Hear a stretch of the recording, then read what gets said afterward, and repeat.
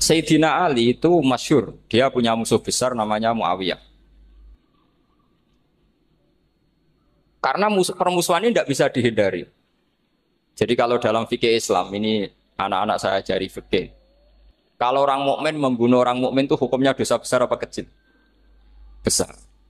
Itu di bab kisos. Tapi orang fikih itu unik. Di fikih itu ada kitab sial namanya. Di takrib ada kitab sial. Dan di situ ada penjelasan mangkutila dunamali fahuwa syahid. Orang yang dibunuh karena membela hartanya atau keluarganya, itu dia mati syahid. Kalau dia posisi membunuh, maka malingnya atau penjahatnya muhaddarun damu. Nggak punya hak nuntut kisos karena dia anggap nggak ada artinya darah. Nah sekarang begini, suatu saat ada garong ke rumah Anda, ingin membunuh Anda karena ingin mengambil harta Anda. Anda ingin ingat status mukminnya atau status garongnya. Terus kamu mau dibunuh diam aja. Saya tidak mau membunuh orang mukmin atau membunuh orang muslim. Nah, kesulitan yang dialami Sayyidina Ali seperti itu. Orang-orang Khawarij cara berpikir Ali ku geblek. Wong mukmin kok pengen mateni wong mukmin. Muawiyah yo geblek pisan. Wong mukmin kok pengen mateni orang. Padahal suasana sudah kacau. Ketika seorang penjahat mau membunuh yang punya rumah dan yang punya rumah ingin membunuh penjahat, itu namanya mukmin bentrok sama orang mukmin. Apa orang benar sahibul hak ingin mempertahankan haknya? Tidak sampai saya tanya. Itu sahibul hak, yaitu yang punya rumah ingin mempertahankan haknya. Meskipun dalam duel ini kadang terjadi pembunuhan. Nah di sini ini ya, ulama ahli sunnah menyebut masalah istihadiyah. Kelompoknya Sayyidina Ali mempertahankan nyawanya meskipun dengan cara membunuh pasukan Muawiyah. Pasukan Muawiyah juga mempertahankan nyawanya meskipun harus membunuh pasukan Ali. Zaman itu susahnya istihad seperti itu. Tapi orang Khawarij cara berpikir enggak, ini biang keladi masalah itu Ali sama Muawiyah. Mereka malah rapat, ya sudah dua-duanya bunuh saja. Ya masyhur tuh, akhirnya Sayyidina Ali dibunuh oleh orang Khawarij. Makanya ini penting ya, pentingnya ngaji seperti ini. Jadi kamu harus dilatih berpikir nubuah. Ya, dilatih berpikir apa? Nubuah disebut al ulama warasatul. Meskipun dengan cara yang ekstrim, tapi pikirannya saja, jangan perilakunya. Saya punya contoh sekian kasus, sekian tragedi. Misalnya begini, saya itu dulu punya teman, dia soleh, bisa baca Fathul Mu'in. Dia itu janggal, bilang sama saya, Gus, tidak biasanya Rasulullah itu agak-agak nyindir orang fakir. Ini kok ada hadis kadal fakru ayakuna kufur. Bahwa kefakiran itu mendekati apa? Kekufuran. Dia itu aneh, aneh sekali. Biasanya tidak biasanya Rasulullah kritik seperti itu. Walhasil ini singkat cerita, anak ini ngalami satu trauma. Dia itu miskin. Gara-gara miskin gitu jadi buruhnya orang non muslim. Dan sering disuruh nganter majikannya itu ke tempat-tempat lokalisasi. Dia mulai mikir, ini gara-gara fakir saya harus nganter orang ke lokalisasi. Mulai ingat dia, Sodako Rasulullah ini gara-gara fakir saya jadi pengantar orang ke lokalisasi. Suatu saat majikannya itu benar-benar bangkrut. Malah tidak disuruh nganter. Pokoknya carikan yang cantik bawa sini. Pusing. Nah, dia akhirnya walhasil lari terus keluar. Terus dia cerita betapa ekstrimnya fakir sehingga gara-gara fakir saya harus jadi penolong orang yang mau apa mak. Anda boleh berpikir ekstrim, tapi ekstrim dalam melawan kemungkaran itu tadi. Saya nggak boleh jadi fakir, tapi takutnya fakir yang nanti jadi alat kemak. Imam Ghazali juga punya contoh seperti itu. Imam Ghazali pernah marah besar ketika tren di Baghdad itu orang belajar fakih semua. Hatta layakuna thamma tabibun illa min ahli dhimmah, kata beliau. Sampai di Baghdad itu tidak ada dokter kecuali orang kafir dhimmah. Akhirnya kalau ada ulama sakit, saya masih ingat pas kecil, kalau ada ulama sakit itu tidak boleh dibawa ke rumah sakit. Takutnya ketemu dokter muslim, non muslim malah disuntik langsung apa? Mati. Akhirnya ulama saat itu berfatwa, orang Islam harus ada yang jadi dokter. Banyaklah gus-gus yang sekolah ke dokter. Yang masyhur ya seperti Sahal bin Abdul Fattah. Itu dulu putranya Ki Fatah yang menolong Mbah Mahfud saat sembunyi. Saking idolakannya Basal, anaknya dinamakan Sahal, tapi dia jadi dokter spesialis bedah. Begitu seterusnya urusan negara. Dulu itu orang jabat itu tidak boleh, karena jabat itu dekat dengan syubhat, dekat dengan haram. Tapi gara-gara pejabatnya non-muslim, kalau bikin aturan ya ala non-muslim. Ulama akhirnya sadar, andikan kita yang jabat pasti tidak seperti itu. Bisa bikin perda ini, bisa bikin pelaturan begini yang menguntungkan Islam.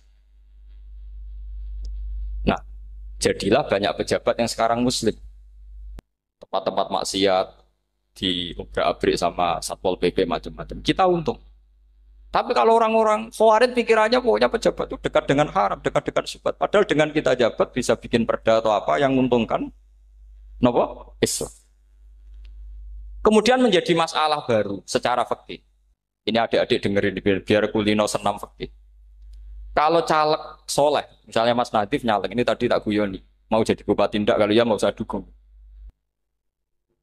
Jadi misalnya gini ya, Zaid sama Bakar, misalnya Bakar itu orang soleh, mau jadi calon lurah. Dia tahu kalau dia lurahnya kampung lebih baik. Kalau yang jadi ini Zaid, itu kampung itu rusak, karena dia suka dugem, suka macam-macam. Kemudian Zaid ini pasti jadi karena beli suara.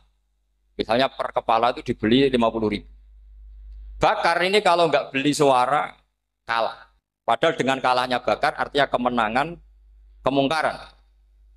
Itu zaman era Fathul Mu'in, muridnya Ibnu Hajar Al-Hitami. Ibnu Hajar muridnya Abu Zakaria Al-Ansori itu fatwa. Yang soleh ini wajib beli suara, bukan boleh, wajib beli suara. Tapi ini namanya tidak nyuap, perlu dicatat, ini namanya tidak nyuap. Jadi tidak bisa kamu kaitkan misalnya ar-rosi wal murtasi benar. Yang nyuap maupun yang menerima suap adalah sama-sama di neraka. Tidak bisa seperti itu. Karena logikanya dibalik. Sekarang Bakar ini beli suara itu untuk membeli kebenaran. Untuk mengawal kebenaran. Zaid beli suara untuk menopang kebatilan. Berarti namanya Bakar ini penyuap atau pembeli kebenaran?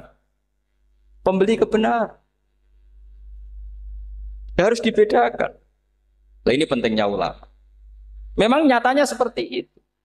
Yang dikatakan nyuap, riswah itu adalah membayar uang li'ibtolil haqqi untuk membatalkan kebenaran atau membenarkan kebatilan. Itu namanya nyuap. Tapi kalau mengeluarkan uang untuk menghakkan barang hak dan membatalkan barang batil, itu namanya uang perjuangan. Nah ini pentingnya mikir. Jadi ulama itu mulai dulu sudah kreatif. Nah sekarang sudah banyak orang-orang khusyuk yang biasa di masjid khusyuk. Kalau ditanya zaman akhir rusak kabeh, wong soleh-soleh wis nyuap. Kalau orang soleh ini tidak nyuap ya tidak jadi. Kalau nggak jadi mereka nggak ada yang jadi DPR, nggak ada partai Islam, habis malah Indonesia. Saya itu punya kenalan banyak pakar-pakar di Jakarta, itu cerita saya, Pak Bahar. Indonesia itu solusinya gampang. Kita ini punya Bali, punya Batam. Itu kalau Bali dimakaukan, Batam dikayakan Hollywood. Amerika kaya itu bukan karena hebat. Pornografi dijual. Tinju di Nevada itu dijual, di Las Vegas dijual. Apa saja dijual. Kok tidak kaya itu gimana? Sementara Indonesia mau aur-auran gitu sukan partai Islam. Sebenarnya Indonesia gampang. Kalau ingin kaya, Bali itu dikayakan Hollywood atau dikalahkan Makau. Jadi kota judi. Batam dijadikan kaya Las Vegas. Itu transaksinya pasti triliunan. Orang kamane wong muda dijual, judi dijual, orang tinju dijual. Tapi gara-gara ada partai Islam, nyari rumus solusi ekonomi itu yang tidak seperti itu. Akhirnya kangelan. Akhirnya rapat isu. Tapi barokah tetap barokah partai apa? Yang menangnya caleg-calegnya rata-rata ya beli. Kalau tidak beli habis. Saya bukan menghalalkan nyuap, enggak. Kalau nyuap tetap haram ila yaumil qiyamah. Tapi kalau suratul masalah seperti ini kamu mengatakan suap itu beda. Ini suratul masalah yang tidak ada kaitannya dengan asal lawannya batil, kecuali lawannya sama-sama hak. Dua calon di kampung itu soleh sama soleh. Ini yang soleh bayar nggak boleh karena siapapun yang jadi soleh. Itu tidak boleh. Makanya kalau cari musuh yang dolim biar halal ya. Sekarang ya seperti itu. Kamu biasa heroik, biasa ngasih kiai kamu, ngasih hadiah kamu, biasa ngasih ibu kamu uang. Ternyata ibu kamu setelah kamu kasih uang, dikasihkan adik kamu atau kakak kamu yang nggak pernah kerja, terus kamu marah-marah, ini tidak adil. Saya yang memberi nggak dikasih, ini yang nggak kerja dikasih terus. Loh kamu biasa jadi pahlawan kok turun kelas menjadi apa? Pasien. Kamu milih jadi pahlawan apa pasien? Pahlawan. Jadi sebetulnya faham-faham ekstremis ini dari kegoblokan. Dari kegoblokan berpikir nubuah sehingga tidak punya rasa ibadah. Lah ini yang menjadi orang-orang ekstrim. Jadi korban pertama ekstremitas itu bukan sahabat tapi Rasulullah Shallallahu Alaihi Wasallam, yaitu Nabi dibilangin oleh mereka, "I'dil ya Muhammad, kamu kalau bagi harus adil." Pikiran mereka kalau adil sama rata sama. Jadi kalau pakai pikiran itu, saya minum di sini itu haram. Mau ndak ikut bikin kok minum. Enak tamu, toko-toko mangan, sing masak kangelan urung. Itu jadi edan bareng. Itu sama seperti kasusnya Bahram Al-Majusi. Dia itu seorang raja kaya, punya anak cantik. Dipikir-pikir, anakku ayu dirabi nang liya rugi, sing gedhekno aku sing rumah aku dirabi wong liya. Maka dia berpikir mau dinikahi sendiri. Karena tadi melihat Mas Nadif kayak orang Kenya tadi, apa Nigeria? Nigeria. Malah gak layak itu maksudnya untuk orang. Ini Mas Nadif ini termasuk harus mendukung gerakan tidak ekstrim. Nyawanya masih itu karena barokahnya beliau agak-agak gitu. Tapi nggak sampai liberal ya, agak-agak pokoknya itu. Karena ketika ada gerakan ekstrim di Mesir, itu termasuk dia DPO. Ternyata setelah ada intelijen, beliau pas buka itu nggak makan dulu tapi rokok dulu. Wah ini mesti orang sekuler, tidak ekstrim. Akhirnya nyawanya sampai sekarang itu barokahnya rokok pas iftar itu pas. Nah, tanya ini masih hidup, iya mas. Ya pernah sepuh sama saya. Jadi pikiran-pikirannya Bahram itu seperti itu. Walhasil akhirnya Bahram itu menikahi anaknya sendiri. Masyhur itu dalam cerita. Jadi ceritanya itu ada seorang wali tidur di Masjid Haram sama Rasulullah, ditemuin gitu. Terus kata Rasulullah, salam saya untuk Bahram Al-Majusi. Ternyata dicari-cari nggak ada Bahram lain kecuali Bahram yang berdua, bahkan anaknya sendiri mau dinikahi. Ya cara berpikir karena seperti itu. Kalau kita berbuat banyak harus dapat. Itu bahaya. Bahaya sekali karena kalau dalam teori beragama itu al-yadul ulya khairum minal yadis sufla. Kalau biasa ngasih ya ngasih saja, itu heroik. Itu bagus. Jangan biasa ngasih sekarang bermental apa? Makanya saya itu kalau ngajar di pondok yang dulu pernah saya belajar di situ atau yang pernah sepuh itu, dikasih itu bingung. Karena saya ya masih waras itu. Jadi kalau dikasih itu bingung. Tapi banyak juga guru-guru yang dulu ngaji lama setelah ngajar di pondok alma maternya nuntut. Itu saya tidak tahu itu. Itu sudah ada agak-agak kayak itu tadi. Walhasil si Barom tadi itu, ini cerita harus saya teruskan karena nggak boleh diputus. Dapat salam dari Rasulullah. Ternyata di balik nakalnya dia itu pas mau bulan pertama, malam pertama itu ada seorang janda sepuh ke situ. Ganggu dia tentu ya. Ketika dikejar pulang lagi sampai 3 kali. Dia tanya, kenapa bu kamu begitu? Katanya saya ini anak-anak saya kelaparan. Kalau saya pulang anak-anak saya nangis minta makan. Saya ingin minta Anda. Tapi setelah saya ingat Anda ini majusi, saya mukmin, saya mukminah, saya pulang. Ya sudah bu, kamu di rumah saja. Nanti saya kirimi makan. Dikirimi sendiri, padahal dia seorang raja orang kaya. Barokahnya itu dia dikasih tobat sama Allah. Dan paginya ketemu tamu yang mengirimkan salam dari Rasulullah SAW. Akhirnya Bahram ini menjadi muslim. Tapi intinya berpikir seperti tadi itu salah. Bahwa kalau saya jasa banyak harus mendapat apa? Ini cara berpikir orang-orang Khawarij. Iya, saya pernah ditanya seorang dosen. Gus, saya ini kalau baca sejarah perang Badar atau perang Uhud, yang saya tidak nerima itu satu. Kenapa setiap ghanimah harta orang kafir dan istrinya orang kafir kok disita orang Islam. Dan yang perempuan jadi amat, kemudian juga digauli orang Islam. Yang hartanya orang kafir juga jadi asetnya orang Islam. Kok kayak garong. Dia tanya seperti itu sama saya. Terus saya jawab, kalau sampean ada garong dan kemudian bawa senpi, senjata api, kemudian garong Anda, penjahat Anda lumpuhkan, ya senpi itu harus Anda kembalikan. Monggo penjahat ini kagungan jenengan beto wangsul. Karena ada milik Anda, harus dikembalikan. Wah, tidak bisa Pak, kalau saya kembalikan pasti dipakai jahat lagi, dipakai kriminal lagi. Ya sama, kalau asetnya orang kafir dikembalikan ke orang kafir akan menjadi aset kekafiran lagi untuk menghancurkan kita. Nah, perempuan juga sama. Perempuan itu alat produksi. Jika perempuan tadi dikembalikan ke orang kafir, maka kamu menolong populasi orang. Ya seperti itu. Paham? Makanya disita dalam perang loh ya, tapi dalam perang yang legal. Nah itulah kenapa amat halal. Makanya di Quran itu illa ala azwajihim aw ma malakat aymah. Paling enggak itu masih ada ulama atau pemikir atau ustadz siapa saja yang bisa memahami logika apa? Nanti kalau ulama ini sudah meninggal, orang akan mencibir Islam dengan cara mengatakan Islam itu jahat, yaitu menyita hartanya orang kafir dan istrinya orang kafir setiap kali terjadi perang. Karena pemikiran ini pasti sama-sama kutubnya, sama-sama ekstrim. Nah ini penting saya katakan. Makanya masyhur itu perdebatan Sayyidina Ali dan Muawiyah. Ini saya kutip sedikit. Ini ya sama-sama berpikir ekstrim, tapi ekstrim yang baik. Walhasil dalam satu kerja bakti di Masjid Kuba, itu ada sahabat namanya Ammar. Ini di depan umum, ini penting. Kalau dalam ilmu hadis di depan umum ini penting karena nanti menjadi mutawatir. Beda dengan hadis yang Nabi ngendikan sama 1-2 sahabat, namanya hadis ahadi. Di depan umum Nabi guyon gini sama Ammar, ya Ammar waihak taktuluka alfiatul baghiyah. Ammar, kamu ini nasib kamu itu agak sial. Karena nanti yang membunuh kamu itu kelompok yang tidak benar. Alfiatul baghiyah itu kelompok yang tidak benar. Itu disaksikan sekian sahabat.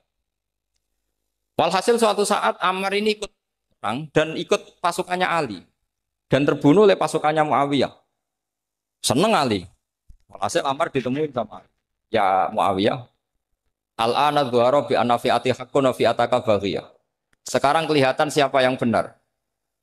Saya yang benar, kamu yang salah. Kenapa? Karena Ammar kelompokku dan terbunuh oleh kelompok kamu. Padahal kata Rasulullah yang membunuh Ammar adalah kelompok yang salah. Muawiyah pintar sekali, dia jawabnya gini. Laula kama kutila Ammar. Ammar terbunuh karena bela-belain kamu. Kalau kamu tidak nyuruh dia perang juga enggak terbunuh kan. Jadi kamu ikut andil, terbunuhnya siapa? Ammar. Tapi apa kata Sayyidina Ali? Idzan qatala Rasulullah Hamzah. Kalau teori itu Anda pakai, Rasulullah pun membunuh Hamzah.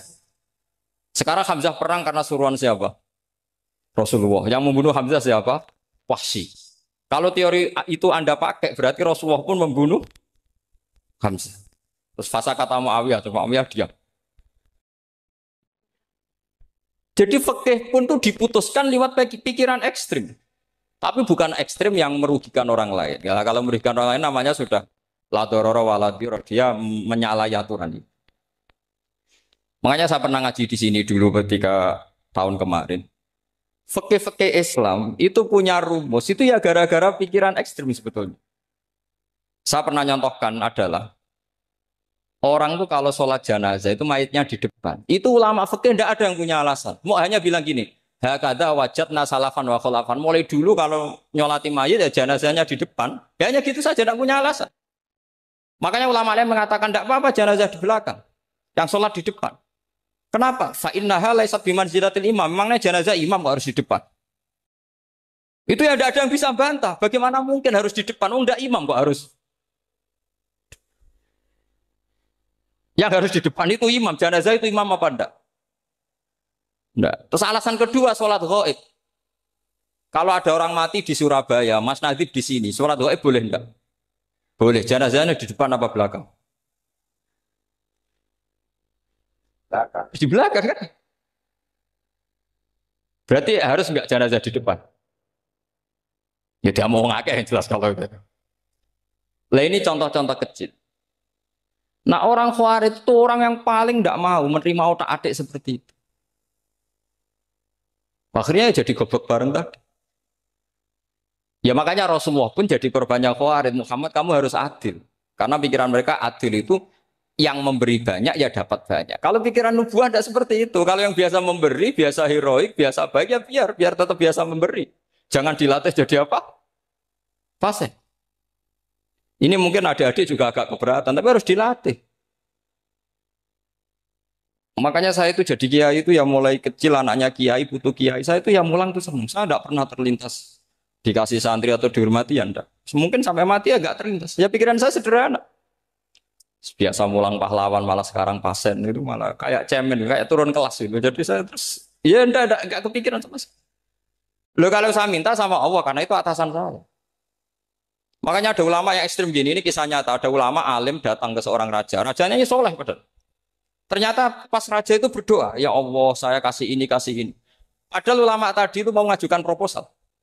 Mau minta apa gitu. Terus dia pulang ketika ditanya, Pak Kiai kenapa pulang? Ternyata raja itu minta zat yang sama yang saya mintai. Kalau raja saja masih minta ngapain saya minta raja, saya akan minta zat yang dimintai raja. Terus pulang dia. Wah itu ya pikiran ekstrim, tapi bagus ekstrimnya. Saya akan minta zat yang dimintai. Kalau sampean kan enggak, uteke saya les, sholat dinteni, tetap jalo. Oh, orang mikir seperti itu. Memang salah didik, salah itu tadi. Nah, ini harus dilatih. Masyhur itu ketika Nabi pas Fathu Makkah itu, orang-orang Ansor ngomentari Nabi gini, ketika Nabi sangat happy di Mekah, sangat enjoy di Mekah, kata orang-orang Ansor, Amar rojul adroka durok fatun fi ahli wa ulfatun fi asyiroti.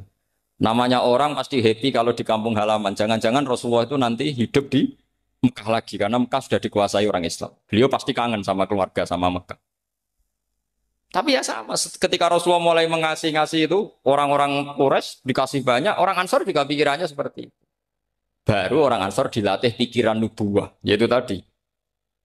Mereka itu dapat kambing, dapat sapi, terus pulang. Kamu mendapat saya, milih mana? Milih Rasulullah Shallallahu Alaihi Wasallam. Sekarang kamu saya balik. Kamu punya kiai, kamu bisa memberi hadiah, memberi beliau. Suatu saat kiai Anda ini kaya raya, terus sering ngasih orang-orang yang nggak pernah berjasa. Kamu nggak pernah dikasih. Itu kalau pakai pikiran Khawarij, kiai ini salah karena ngasih orang yang tidak berjasa. Tapi kalau kamu pakai pikiran nubuah, enggak. Alhamdulillah saya tetap istiqomah memberi kiai itu. Dan alhamdulillah nggak dibales. Semoga balasannya di akhir. Ya sudah seperti itu. Kalau pakai pikiran gengsi tadi seperti itu. Masa biasa memberi sekarang posisi diberi, saya rak turun kelas. Jadi sebetulnya pikiran ekstrim itu boleh, tapi untuk yang seperti ini bukan ekstrim yang tadi. Makanya ini disebut al-hujjat. Al-hujjat itu satu logika yang bisa mematahkan asumsi awal. Ini saya harap santri-santri matolek putra maupun putri berpikir seperti ini. Sehingga sama. Jadi misalnya sekarang dibalik. Kalau ada orang NTT yang masih non-muslim, itu orang kafir yang harus dibunuh atau orang kafir yang harus didakwai. Mesti pikirannya itu, kalau Nabi itu ya semua yang didakwai Nabi dulu orang kafir. Nah, ketika Nabi di Mekah itu pertama ketemu orang kafir itu dibunuh atau didakwai? Didakwai. Ya berarti pilihan sekarang ya didakwai bukan dibunuh. Nah soal perang itu beda dengan membunuh. Ada janjinya, ada macam-macamnya, terus nggak ada solusi itu baru ada apa? Jadi kalau sudah dibalik-balik gitu, makanya kata ulama-ulama, Khawarij itu pasti salah. Pasti salahnya adalah kalau orang nggak benar ya dibenarkan bukan dibunuh. Kalau setiap orang kafir dibunuh, Nabi kapan jadi nabinya? Karena orang kafir habis. Jadi metode bil hikmati ada, metode hasanah ada, karena orang kafirnya sudah apa? Mati. Pertanyaan kedua, kalau Nabi harus ekstrim ngapain yang ngawal Jibril? Halnya Israel lebih efektif. Jadi jadi kalau sama-sama ingin ekstrim, Nabi itu nggak usah dikawal Jibril kan, enggak efektif kan? Harusnya yang ngawal itu siapa? Israel. Kan nggak repot. Nah, jadi saya mohon ini saya cerita. Jadi korban pikiran ekstrim itu bukan siapa-siapa. Pertama itu Rasulullah. Akhirnya Rasulullah menjelaskan, ya beginilah cara berpikir. Jadi saya kira demikian. Nanti mungkin kalau ada tanya-tanya, ada pertanyaan. Yang jelas kalau seputar ekstremitas itu bisa latihan. Ya. Sebenarnya bisa latihan di fikih. Karena fikih ini cerminan dari pikiran ulama. Ya, cerminan dari pikiran apa ulama yang tidak tekstual. Ya, seperti gini ya. Tasaddaqa Rasulullah so'an min tamrin au so'an min akidin. Ketika zakat fitrah itu Rasulullah mengeluarkan satu sok amr. Amr itu kurma. Kalau menurut tekstual berarti zakat fitrah harus pakai kurma. Tapi semua ulama sedunia mengatakan putih ahlil balad. Hanya dalam konteks Indonesia ya pakai apa? Beras. Berarti kata tamr diganti kut. Diganti apa? Kut. Jadi orang itu jangan diajak goblok bareng. Masa Nabi ngendikan tamr harus apa? Makanya saya pernah debat. Pak Nabi itu cingkrang. Kenapa orang-orang itu rata-rata tidak cingkrang? Saya bilang, Nabi itu hidupnya di Mekah. Kenapa Anda hidup di Indonesia? Iya, Nabi itu hidupnya di Mekah. Terus saya tanya lagi, Nabi itu hafal Quran, kamu udah hafal? Saya hafal Quran. Kalau cingkrang gampang, karek ngetok kata saya. Ya, kalau ada sunnah Rasul, Nabi hafal Quran, enggak? Hafal kan? Berarti kalau ikut sunnah Rasul, hafal Quran. Jangan cingkrak tok, ya hafal apa? Ya sama poligami juga gitu yang tadi diceritakan Mas Natif itu. Nabi itu poligami setelah Khadijah meninggal. Apa mereka mau nunggu istri pertama meninggal? Kalau ingin persis loh. Kalau ingin persis nunggu istri pertama meninggal. Ah iya. Enggak mau juga kan. Ya biasa saja lah. Pokoknya yang dihalalkan syariat ya kita bilang halal, yang diharamkan kita bilang apa? Enggak usah sok suci si sunnah Rasul. Saya punya banyak cerita. Abu Bakar itu dulu sering menghindari sunnah Rasul. Dulu Rasulullah itu kalau ada orang minta ya dikasih. Ketika Abu Bakar bikin Baitul Mal. Ketika ditanya ini zaman Rasulullah tidak ada. Kata Abu Bakar, huwa Rasulullah. Beliau itu Rasulullah. Mbak gak di-manage ya negara tertib. Umar bikin pasukan. Pasukan itu diangkat negara. Kalau dulu zaman Nabi yang ikut perang bahaya, yang tidak perang namanya munafik. Era Umar enggak, militer itu ditunjuk. Ya digaji pakai Diwanul Murtazikoh. Ketika ditanya, kenapa ada kayak Rasulullah? Huwa Rasulullah, mbok enggak tertib pun tetap negara stabil. Karena ada karismanya. Jadi kadang-kadang dalam banyak hal, itu kita malah tidak boleh persis Rasulullah. Karena kadang banyak khususnya. Yaitu contoh yang paling masyhur di fikih ya kayak Nabi itu Neka 9 itu khususnya. Dalam strategi juga sama. Dalam strategi memanage negara juga sama. Banyak sahabat yang punya ide yang zaman Nabi itu tidak ada. Ketika ditanya, kenapa tidak persis Nabi? Katanya, huwa Rasulullah. Ya Rasulullah itu meskipun seperti itu, meskipun tidak tertib secara rasional, tetap dikawal wahyu. Makanya negara baik-baik saja. Kalau saya ini hanya Abu Bakar, kalau tidak ya repot. Umar ya sama, bikin Diwanul Murtazikoh. Utsman juga sama, di manage negara. Sayyidina Ali juga di manage. Kalau Nabi tidak. Tapi tidak apa-apa karena ada karisma. Sama tak cerita nih, masalah zakat yang masyhur. Orang paling bakhil sekalipun, paling kikir sekalipun itu zaman Rasulullah bayar zakat. Karena pikirannya setelah zakat dikasihkan Rasulullah mendoakan. Khudh min amwalihim shadaqatan tutahhiruhum wa tuzakkihim biha wa sholli alaihim. Inna sholataka sakanul lahum. Era Abu Bakar enggak. Sorry ya Abu Bakrin, dulu kita zakat sama Rasulullah karena didoakan beliau. Kamu hanya Abu Bakar, saya tidak mau zakat. Ya sama lah seperti orang dipimpin ulama-ulama karismatik. Orang dipimpin Badola itu tidak usah metai, santri sudah nurut. Dipimpin Usman Nazif, gak bikin pelaturan, habis pondok. Kalau tidak ngancam, gak gini, ditakzir, gak gini, habis. Zaman Badola dehem tok santri wedi. Mas Nazif dehem. Nah, Makanya Rasulullah itu tidak banyak bikin pelaturan. Rasulullah itu kalau mau perang itu hanya bilang sahabat, saya besok ditantang Abu Sufyan di sini. Saya mau perang. Oh itu sahabat ikut semua. Orang melihat wajahnya, melihat karismanya sudah tertarik ingin menyelamatkan beliau. Kita tidak akan ridho Rasulullah keluar sendiri. Kalau Abu Bakar ya enggak. Pertama Abu Bakar pidato sudah sopan. Saya memimpin kamu. Ini ketulitu alas tubuh khairikum. Saya ini memimpin kamu, tapi bukan berarti saya yang terbaik. Jika saya benar maka dukunglah. Kalau salah ingatkan. Itu pertama orang-orang bilang apa? Fawwah uqiman nakabisef. Nanti kalau Anda salah tak ingatkan pakai pedang. Ya karena hanya Abu Bakar bukan Rasul. Jika diaturlah, ini ada militer, ada pengawal, ada Baitul Mal. Era Umar lebih modern lagi, ada Diwanul Murtazikoh, ada macam-macam. Ya Rasulullah nggak ada.